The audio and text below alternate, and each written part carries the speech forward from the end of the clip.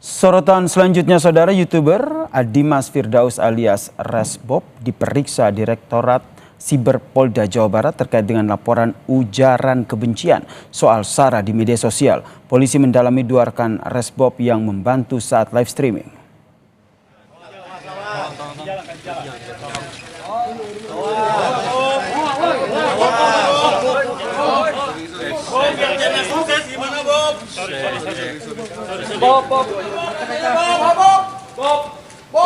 Resbob tiba di gedung Direktorat Siber Polda Jabar malam tadi, saudara.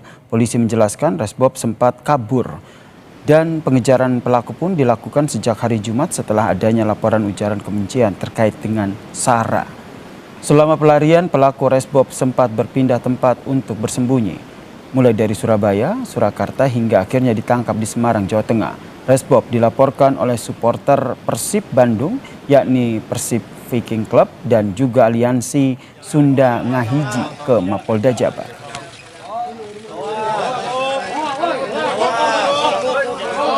Konten videonya pada saat streamer di YouTube itu mengucapkan, menyebutkan atau menghina salah satu suku yang ada di Indonesia. Kita periksa, masih kita dalami, karena dalam pembuatan video itu tidak dilakukan sendiri.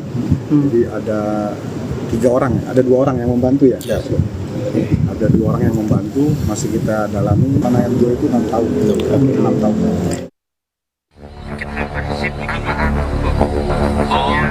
Mohon maaf, dunia akhirat, lahir batin yang setulus-tulusnya dan yang sebesar-besarnya semua warga keturunan orang Sunda dimanapun berada.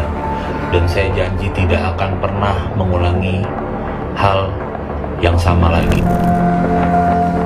4 hari kabur ke sejumlah kota, YouTuber Muhammad Dimas Firdaus alias Resbob ditangkap polisi di Semarang, Jawa Tengah, Senin kemarin.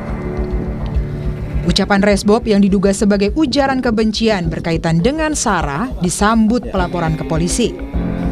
Kasus yang bermula dari video siaran langsung di salah satu akun media sosial. Kasus dugaan ujaran kebencian itu telah memunculkan sorotan publik di media sosial. Resbob terancam penjara 6 tahun sesuai pasal 28 ayat 2 Undang-Undang Nomor 1 Tahun 2024 tentang informasi dan transaksi elektronik. Kini Resbob tengah diperiksa sebagai tersangka. Dan tersangka sudah kita tetapkan sejak hari Sabtu kemarin ya. Dengan kesulitan kami mendapatkan informasi ini, kami juga melakukan penyidikan dari saksi-saksi dan kita langsung tetapkan dia sebagai tersangka karena sudah memenuhi unsur pasal dan sebagainya.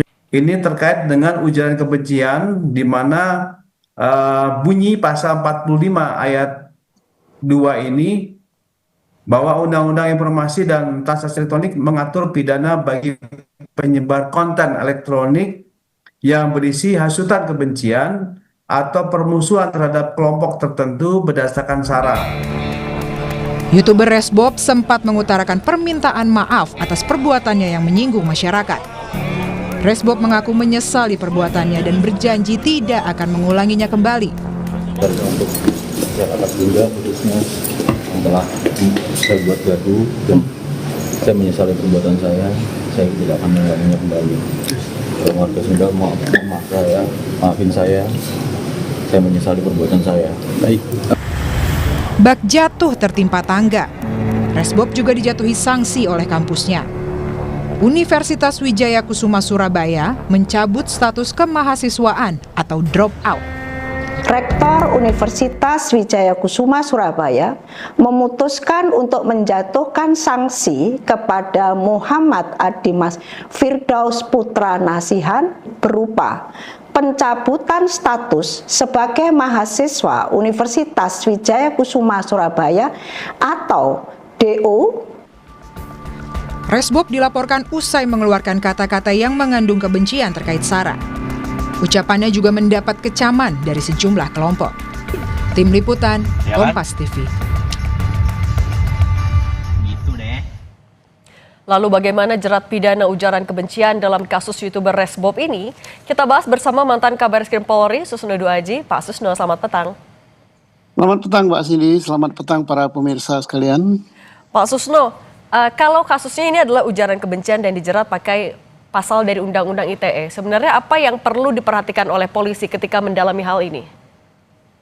Pertama kita ucapkan selamat kepada Polri, ya Polda Jawa Barat yang telah berhasil mengungkap dan menangkap tersangkanya, ya. Jadi tepat sekali apa yang dilakukan. Ini dikenakan Undang-Undang ITE dan pasalnya adalah 45 ya, tentang penyebaran ujaran kebencian, permusuhan terhadap dan seterusnya ya, terhadap satu kelompok.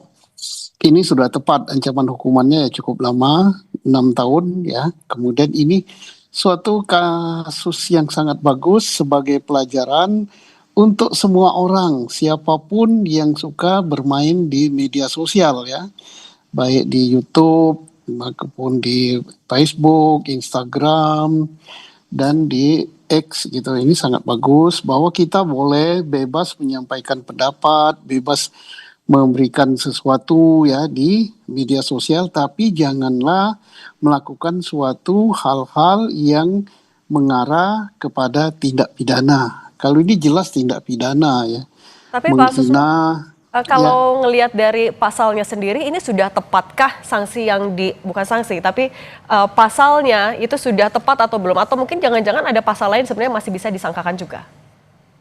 Untuk sementara sudah tepat, karena kan untuk penangkapan, dasar penangkapan dulu, kemudian dasar penahanan, bahwa ancaman hukumannya lebih dari 4 tahun gitu kan. Dan nanti tentunya akan berkembang dalam pemeriksaan, karena yang diperiksa kemarin mungkin baru saksi dan alat buktinya baru berupa rekaman elektronik terhadap posting yang bersangkutan. Nah nantinya setelah dia diperiksa langsung disidik gitu, di berita acara, saya yakin akan bisa bertambah lagi pasalnya gitu. Apa dalam konteks kasus ini Pak Susno, apa yang bisa memberatkan dan meringankan tersangka?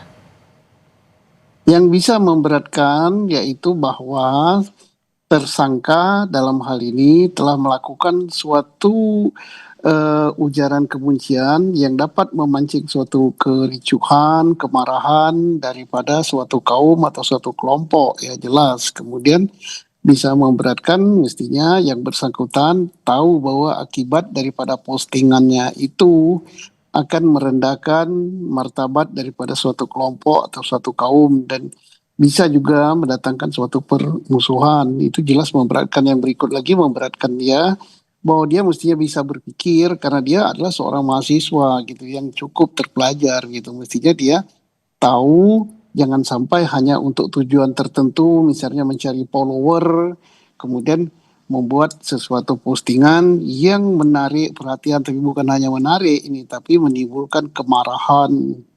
Ya. Kalau untuk rekannya yang disebut membantu produksi juga, itu akan bisa dijerat pasal dan bahkan jadi tersangka juga nggak Pak Susno?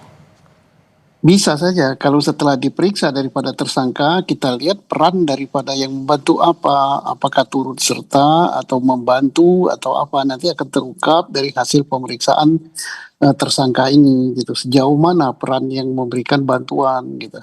Dan ancaman hukuman yang bisa dijatuhkan apabila memang bantuan itu signifikan diberikan bisa apa saja Pak? Ya ancamannya sama dengan orang yang melakukan tapi dikurangi sepertiganya gitu. Oke, berarti bisa sama-sama Undang-Undang ITE. Nah kemudian juga Pak Susno, apa yang tidak boleh luput juga? Ini kan yang memberatkannya termasuk juga kan sempat kabur, itu juga pasti akan bisa memberatkan. Dan permintaan maaf juga tidak akan bisa menjadi keringanan juga ya Pak Susno? Jelas, karena dia kabur berarti dia menghindar dari tanggung jawab, itu hal yang memberatkan ya. Beda dengan dia langsung begitu peristiwa dia menyerahkan diri, menyesali, itu lain. Kalau sekarang tertangkap dulu, setelah kabur, bersembunyi, baru minta maaf. Permintaan maaf tidak menghapuskan tindak pidana begitu. Oke, Pak Susno Duaji, mantan Kabaris Krim Polri, terima kasih sudah berbagi bersama kami di Kompas Petang. Sehat selalu Pak Susno. Terima kasih.